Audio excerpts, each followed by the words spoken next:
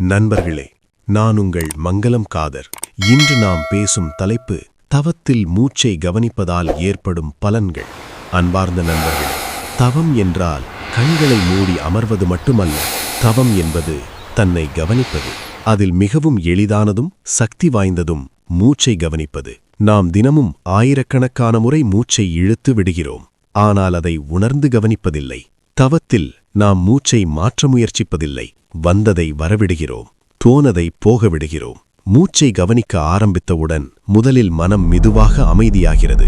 எண்ணங்களின் ஓட்டம் தளர்கிறது. கவலை, பதட்டம், பயம் இவையெல்லாம் தன்னாலேயே குறைய ஆரம்பிக்கிறது. இரண்டாவது, உடலும் மனமும் ஒரே தாளத்தில் இயங்குகிறது.